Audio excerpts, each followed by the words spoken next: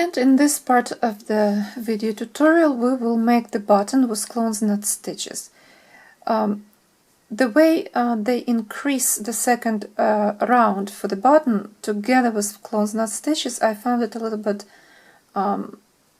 not difficult but not comfortable for me. So I'm making increase a little bit different, and I'll show it to you.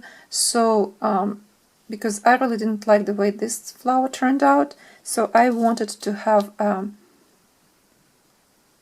more even layout of the closed knot stitches. And for me it is a little bit different way of increasing the stitches. So to crochet the button we will need packing cord, and over the triple packing cord we are going to by the way, the triple cord I'm using Sharpie to wrap thread around this because my small hook wasn't enough. 5mm is not enough. So here we are. I have a triple cord.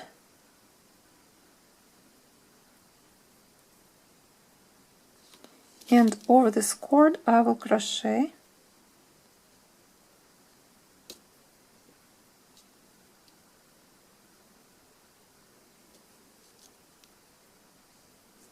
24 single crochet stitches. So first we will secure our thread and then crochet 24 single crochet stitches. 2, 3, 4, 5, 6, 7, 8, 9, 10,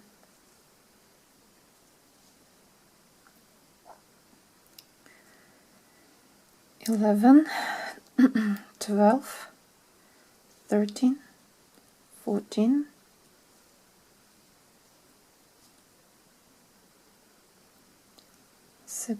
15, 16, 17,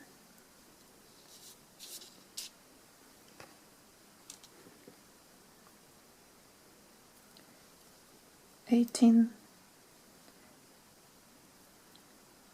19,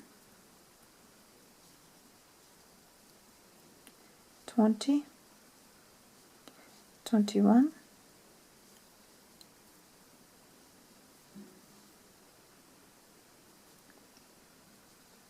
22, 23,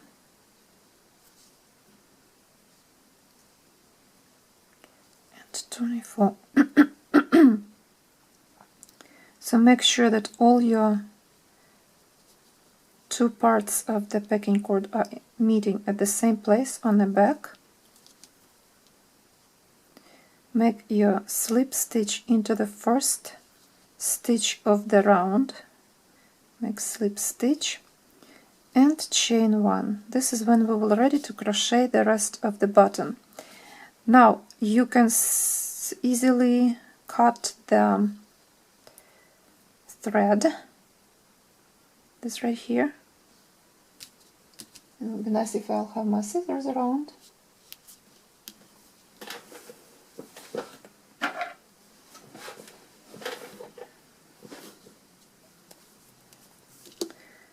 Okay, so make sure your short tail of working thread and short tail of a packing cord that you don't need them anymore.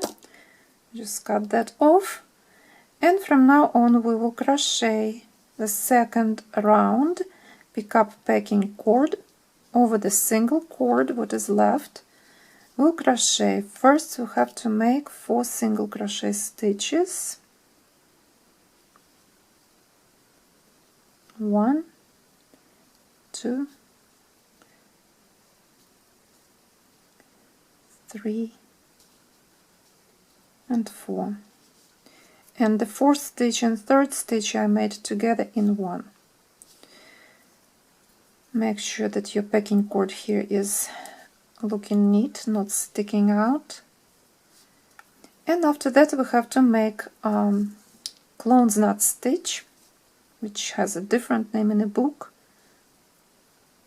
So for the clown's knot I make chain 3, 4 and make clown's knot stitch.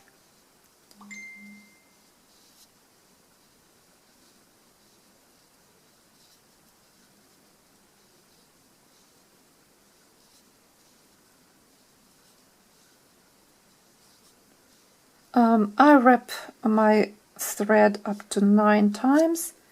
It all depends on what size of clown's knot stitch you like.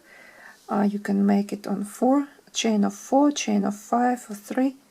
It's up to you. It's very personal. I like it on chain 4 and wrap around 8 to 9 times. Now, next I'm going into the, let me zoom it a little bit for you, you will see better. I will go into the next stitch, single crochet, 1, so we have to repeat 4 single crochet and picot, as they call picot on a single crochet, and we call it clown's knot. So 4 single crochet, clown's knot stitch. So we make again first stitch 1, then 2, and the last 3 and 4 in 1 stitch, 3 and 4. This is the way I did it. It's easier for me to deal with and connect my clown's knot stitch so that it will look nice and neat here. And again the same way you make clown's knot stitch 1, 2, 3, 4. I normally fold my last clown's knot stitch to protect it from the hook, that I will not damage this stitch when I swing the hook back and forth. 1, 2, 3, 4, 5, 6,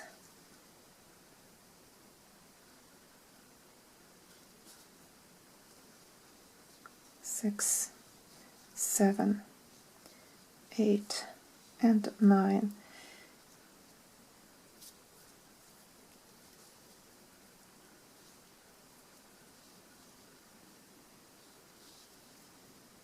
And again we come and looking for the next stitch over the packing cord. Don't forget that. First we make 1 single crochet, then next one into the next stitch, 2, and third and fourth stitches in 1 stitch, 3 and 4 into 1 stitch. This is when it's going to fit very well. Here it is. And at the end, when I will come back to this part, when I will make my last 4 stitches, I will have to have here still make 1 clown's knot stitch and connect with a slip stitch to our first stitch of the round right in here. Make a slip stitch and weave in thread, or just like I did that. Let me show you. So you will have to have this nice beautiful button. I made, here's my thread, working thread. I will use this thread to sew button to the flower. So here's my last clown's knot stitch. I made slip stitch right here where the first 4 stitches were into the first stitch, and now I'm ready to sew this to my flower.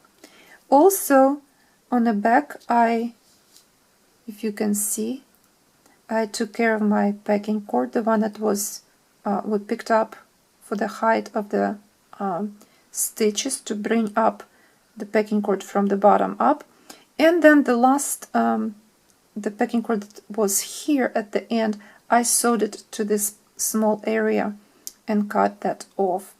Also, this middle part was quite like this flower. It was creating a flower that will, you see how it is, not flat. So to make it flat, that it will not happen like this, I took the last thread that was here, working thread, and went through stitch by stitch, pulled on it a little bit to make this area flat, and I blocked my motif and steamed it. So now it's flat and it's easy to work with and attach the button to it. So what we're going to do, how we sew it. First of all, align the clones knot stitches in such a way as they on the picture, or the way you want. I really don't care, honestly. In the picture they are aligned in such a way that they are between petals. So if you care about this, you can do this. If not, just sew the button to the flower. Here the flower, and here's the button. It's easier for me to, so that nothing will be shifted, and I will see that nothing is shown from the flower from petals inside the button, that it will look neat. So I will sew it by looking constantly at my right side of the flower. So here's the working thread, and I just will go through, back and forth, back and forth through the stitches. And since it's the same thread color, I don't have to worry about how to look like on the back, really. So just look at my front, just to make sure that everything is working the way I want. That's so that the front of the flower, this is my main, this is where we have to concentrate our attention so that it will look neat, that your work will look nice, is what you want. So sometimes we sew by looking from the wrong side, but some motifs require this quite special attention, and this is one of those motifs that you need to sew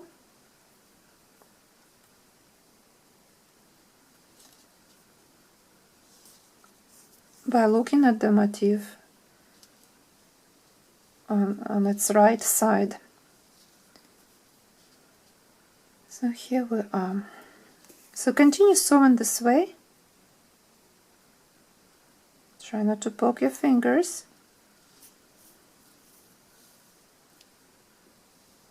Here it is. So it looks nice and neat. You don't even see where the thread goes. It's the same color. Of course, if you use different colors, you have to sew a little bit different by looking at the both sides, front and back, so that your thread will not be shown too much on the back. I like my back and on the wrong side also looking neat, the same as the front. So here is the trick will be with different color, that just you have to look at the flower on both sides, and probably not the same technique to use by sewing the button to the petals. If you want your work look neat on every side, right or wrong, it does not matter. So if you, for example, will use different color, then make sure that you probably sew by the edges in here and hide thread through inside the stitches of petals, so that you will not see different color of thread. And the same, pay attention of course to your button. So here I really don't pay attention where my clones knot stitches. Some of them are between petal itself, some of them between, right here between the petals. This motif I was paying attention to it. They all between petals, all my clones knot stitches. So again, I really didn't pay attention to that, but of course it's nice to follow directions the way they are. And flower is still beautiful, does not matter which way you sew this and position clones knot stitches, still it looks nice and neat. So I will leave you to that. You know how to sew the middle of the flower to the petals, And then after you finish, weave in the thread inside the one of those stitches where the packing cord is, and cut your thread off. Don't forget to block motif and steam it to make it look like that.